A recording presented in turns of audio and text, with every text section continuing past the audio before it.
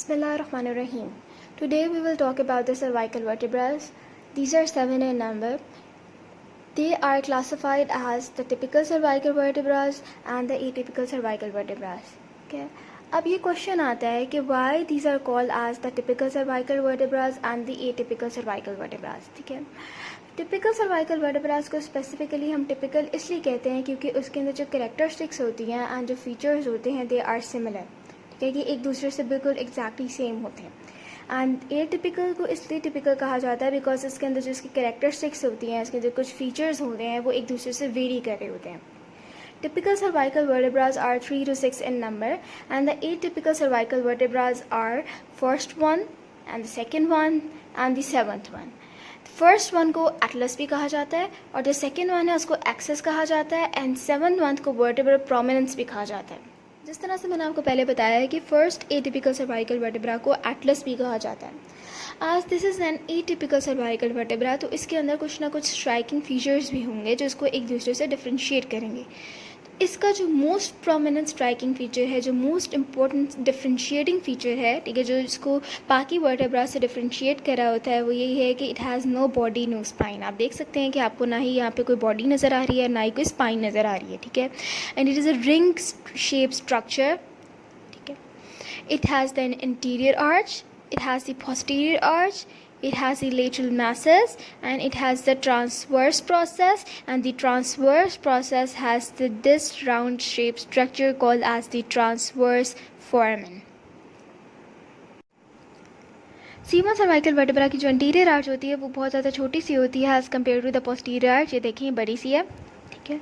ये इसका superior view है C1 सर्वाइकल वर्टेब्रा का. दैट मीन्स कि जो एंटीरियर आर्च है ये इसकी एंटीरियर साइड हो गई. ठीक है. और this is the posterior side of the anterior arch. ठीक है.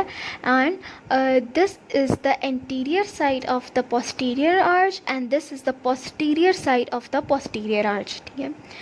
अब यहाँ पे जो एंटीरियर आर्च है इसमें ये जो स्मॉल मैस ओवर ग्रोथ नज़र आ रही है आपको, यहाँ पे देखें आप फील कर सकते हैं.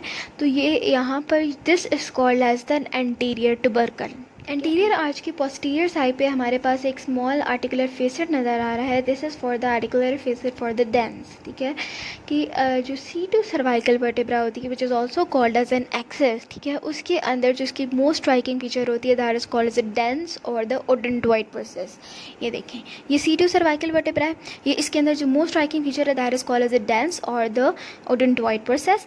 ये जो ओडेंटॉइड प्रोसेस होता है ये C1 और सर्वाइकल वर्टेब्रा की जो एंटीरियर आर्च होती है इसकी पोस्टीरियर साइड पे आकर लग जाता है. 1 मिनट में आपको डायग्राम से भी दिखाती हूँ.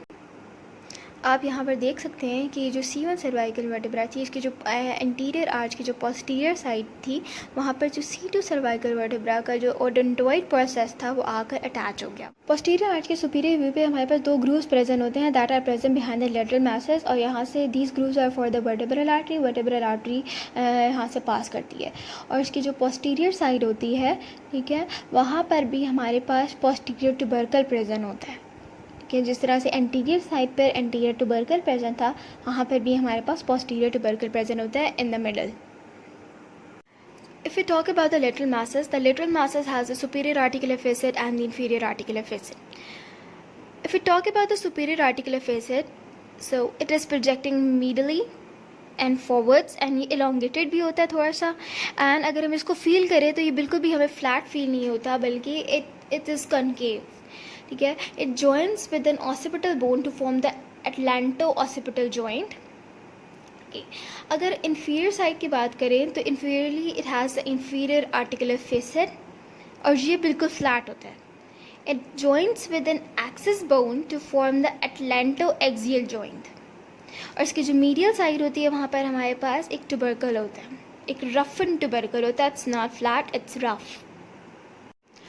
In the last we have the transverse processes on the both of the lateral side and it has a transverse foramen and these structures helps in movements.